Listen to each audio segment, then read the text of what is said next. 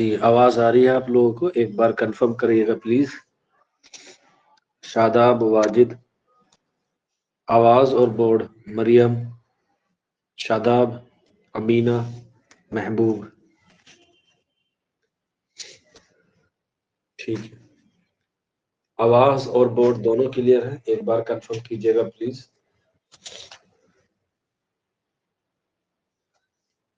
ٹھیک ہے، تو ایک بار کنفرم کر کے بتائیے گا لاسٹ کلاس میں ہم لوگوں نے کیا پڑھا تھا؟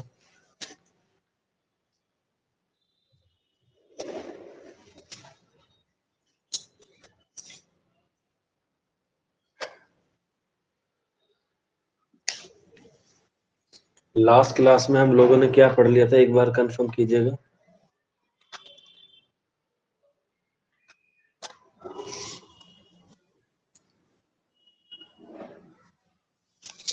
کون سا ٹاپک چل رہا تھا ہمارا؟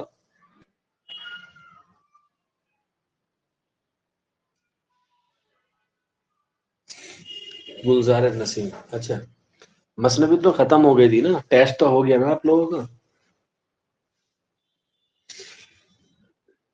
ہاں چلو تو پھر نئی صنف شروع کرتے ہیں، مرثیہ کو۔ ٹھیک ہے، مرثیہ تو نہیں ہوا نا آپ لوگوں کو؟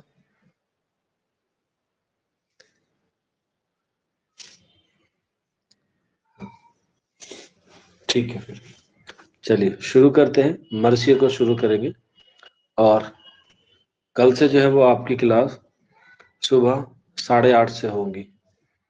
ٹھیک ہے، کل سے جو آپ کی کلاسز ہیں وہ صبح 8:30 بجے سے ہوں گی کل سے۔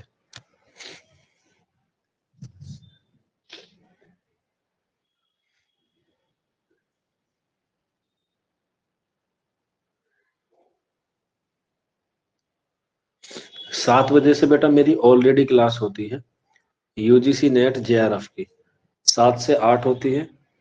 8 اور 8:30 کے بیچ میں میرا بریک فاسٹ کا ٹائمنگ ہے، تو اس کو میں نے جو ہے وہاں پہ کیلکولیٹ کیا ہے۔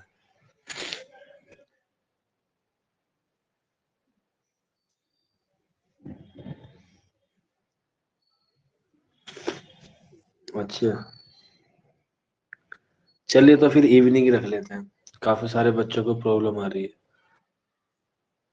ٹھیک ہے، کوئی بات نہیں، چلیے کوئی بات نہیں، آپ کی سہولیت ہی ہمارے لیے پہلی پرائیورٹی ہے۔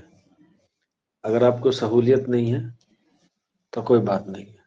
ٹھیک ہے، ہاں چلو کوئی بات نہیں۔ ہاں ٹھیک ہے، چلو تو شروع کرتے ہیں۔ آپ کی کلاس کا ٹائمنگ یہی رکھیں گے پھر، ٹھیک ہے؟ تھوڑا سا پہلے کر لیتے ہیں، 7 بجے، 7 بجے ہی رہنے دیتے ہیں، 7 سے 8 کا ٹائمنگ ٹھیک رہتا ہے، کیونکہ میں بھی اسکول سے آتا ہوں 6:30 تک تو۔ ٹھیک ہے، اب چائے پینے میں، فریش ہونے میں تھوڑا وقت لگ ہی جاتا ہے۔ ٹھیک ہے، حالانکہ طبیعت خراب ہے آج میری تھوڑی سی، سوچا تھا آف کر دیتا ہوں لیکن نقصان زیادہ ہو جائے گا، آپ لوگوں کا پہلے ہی کافی آف ہو چکے ہیں۔ ٹھیک ہے، چلے پھر، تو آج ہم لوگ شروع کریں گے مرثیہ کو۔ مرثیہ، مرثیہ جو ہے وہ عربی زبان کا لفظ ہے۔ مرثیہ عربی زبان کا لفظ ہے جو لفظ سے نکلا ہے، جس کا نام ہے رسا، را سین الف، رسا، رسا، جس کے معنی ہوتے ہیں دکھ درد بیان کرنے کے۔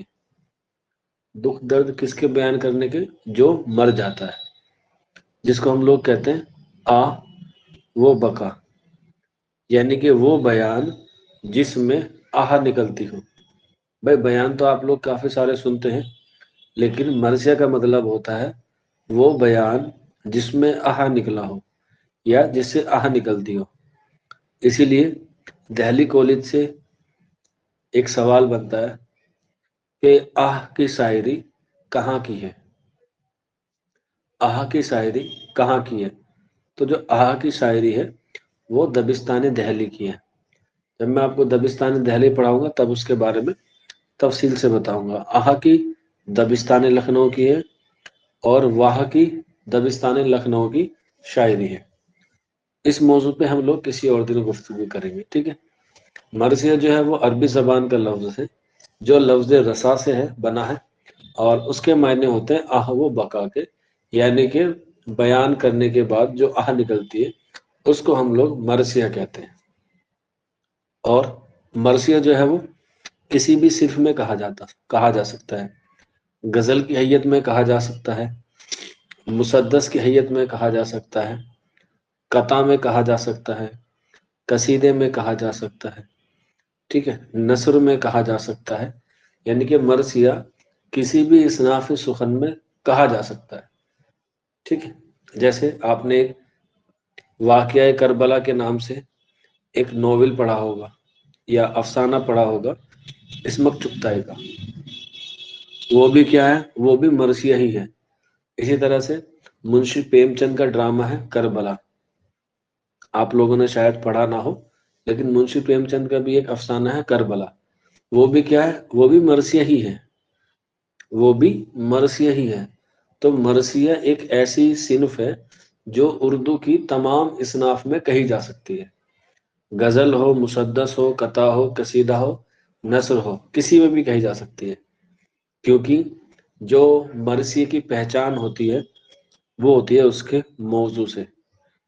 اور موضوع کیا ہوتا ہے کہ اس میں کسی کی شہادت کو بیان کیا جا سکتا ہے. شہادت کو. ٹھیک ہے. تو یاد رکھنا اگر ایگزام میں کوشچن پوچھا جائے کہ مرثیے کی پہچان کس سے ہوتی ہے؟ موضوع سے. اور موضوع کیا ہوتا ہے کہ اس میں شہادت بیان کی جاتی ہے. اور شہادت کس کی؟ جو واقعہ کربلا سے تعلق رکھتے ہو. ہاں، مقبول جو ہے وہ شاعری کا ہوا ہے.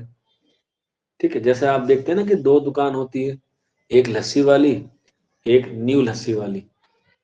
اب دیکھنا یہ ہے کہ مشہور کس کی ہے. تو وہی بات ہے، جو مشہور ہوگی اس پہ آٹومیٹکلی بھیڑ ہوگی.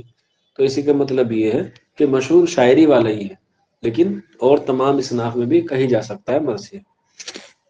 تو موضوع سے اس کی پہچان ہوتی ہے جو شہادت کربلا کے تعلق سے ہے.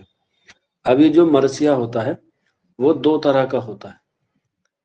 دو طرح کا ہوتا ہے. ایک ہوتا ہے روایت یا روایتی. آپ لوگ جانتے ہیں روایتی مرثیہ کس کو کہتے ہیں؟ روایتی مرثیہ کس کو کہتے ہیں؟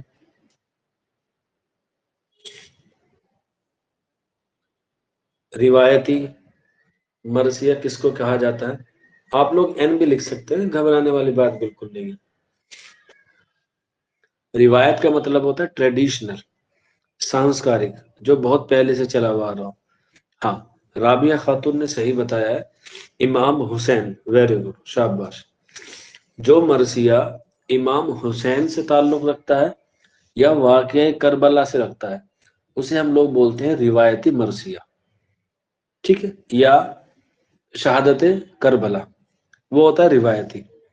جو دوسرا ہوتا ہے وہ ہوتا ہے شخصی مرثیہ. شخصی مرثیہ. شخصی مرثیہ جو کسی خاص انسان کا لکھا گیا. مرثیے دو ہوتے ہیں، ایک روایتی اور ایک شخصی. تو روایتی وہ جو امام حسین سے یا جنگ سے تعلق رکھتے ہیں واقعہ کربلا کی، وہ سارے روایتی ہیں. اور جو شخصی مرثی ہیں جو کسی کے شخص کے بارے میں لکھا گیا ہو. جیسے غالب کا لکھا گیا ہے، اقبال نے اپنی اس کا ماں کا لکھا ہے والدہ مرحوم کی یاد میں. مرثیہ غالب لکھا ہے الطاف حسین حالی نے. غالب نے اپنے بیوی کے بھانجے زین العابدین خاں عارف کے بارے میں لکھا ہے. ٹھیک ہے. اسی کے علاوہ چک بس نے لکھا ہے گوپال کرشن گوکھلے کا. اسی طرح سے الطاف حسین حالی نے بھی اپنے بڑے بھائی کا لکھا ہے. تو یہ سارے کیا ہیں؟ یہ سارے ہیں شخصی مرثیے. ٹھیک ہے. یہ سارے کیا ہیں؟ شخصی مرثیے. اگر ہم بات کریں اس کی تعریف کی، یعنی کہ ڈیفینیشن کی، کہ اس کو ہم کن الفاظوں میں بیان کر سکتے ہیں مرثیے کو، تو مرثیے کی بس چھوٹی سی یہ ہے کہ جس میں کسی مرنے جس میں کسی مرنے والوں کی تعریف بیان کی جائے، تعریف بیان کی جائے، اسے مرثیہ کہتے ہیں۔ جس میں کسی مرنے والے کی تعریف بیان کی جائے اسے مرثیہ کہتے ہیں۔ اسی لیے الطاف حسین حلی کا ایک کوٹ ہے، اسٹار بنا کے لکھ لینا، کہ زندوں کی تعریف کو قصیدہ اور مردوں کی تعریف کو مرثیہ کہتے ہیں۔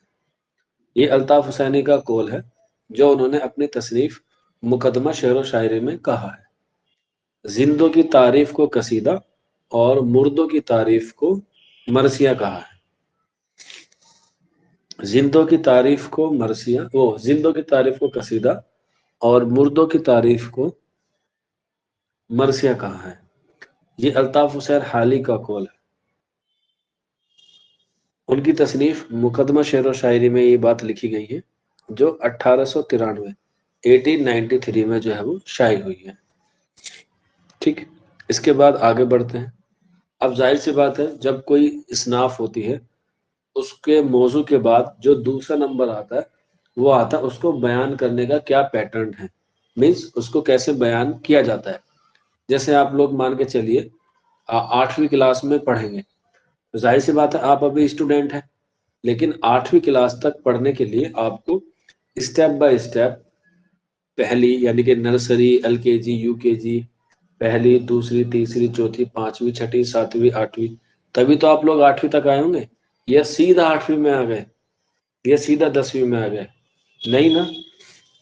تو اسی لیے موضوع کے بعد جو سب سے اہم بات ہوتی ہے وہ ہوتی ہے اس کے اسٹیپ، جسے ہم لوگ اردو میں کہتے ہیں اجزائے ترکیبی۔ کیا کہتے ہیں؟ اجزائے ترکیبی۔ کتنے ہیں سبھی کو پتا ہوگا، مرثیہ کے تو بہت ایزی ہیں، لیکن سب سے امپورٹنٹ ہے۔ ایک سوال یہاں سے ضرور آئے گا۔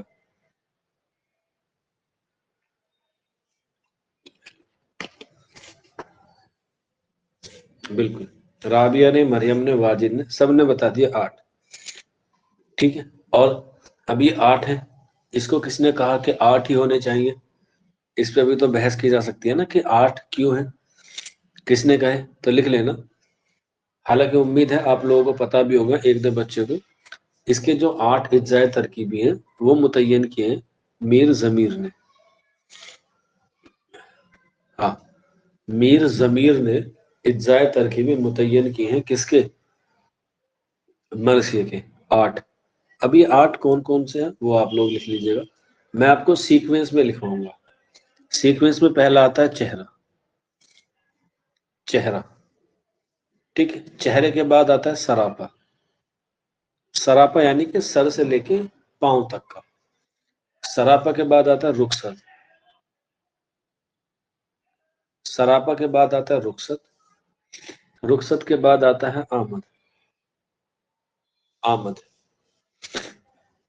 آمد کے بعد رج، را، جیم اور زا، رز، رز کے بعد جنگ، جنگ، جنگ، اور جنگ کے بعد شہادت، اور شہادت کے بعد بین۔ ٹھیک، یہ ٹوٹل ہو گئے آپ کے 8: چہرہ، سراپا، رخصت، آمد، جنگ، سوری آمد کے بعد ہے رز، جنگ، شہادت اور بین۔ یہ کتنے ہو گئے؟ 8۔ یہاں تک بتا دیجیے کسی کو کوئی ڈاؤٹ ہے، کوئی کوئری ہو تو؟ یہاں تک ابھی تک جتنا میں نے پڑھا ہے آپ کو، یہاں تک کسی کو کوئی ڈاؤٹ ہے؟